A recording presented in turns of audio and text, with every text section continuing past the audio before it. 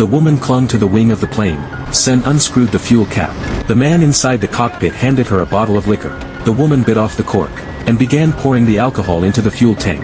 A powerful gust of wind nearly threw her off, and the bottle slipped from her grip. The man pulled out another one. The woman held tightly to the wing.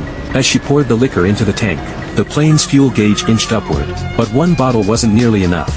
She shifted her body, bit off another cork, and kept fueling the plane with alcohol.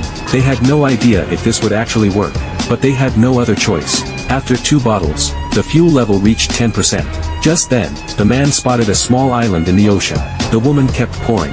As the man reached for another bottle, the plane suddenly lurched. The last remaining bottle slipped from his hands and shattered. With no other options, the woman began crawling back, moving from the top of the plane to the side, and made it safely into the cockpit. The fuel gauge now read 15%, but that wouldn't last long. They needed to land, fast. The man said he'd seen an island. Maybe they could turn around, and attempt an emergency landing there. They tried the radio again, but there was still no response. The woman banked the plane, turning back to search for the island.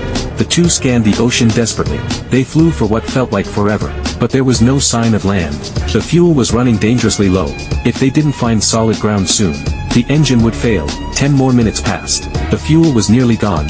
Panic set in. They should have reached the island by now. The plane shuddered violently.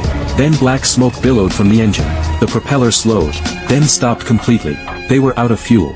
With no other options, they glided helplessly through the air. They wouldn't last long. The woman looked at the man, and apologized for leaving him without a word. As they shared their regrets, suddenly, the man spotted the island again.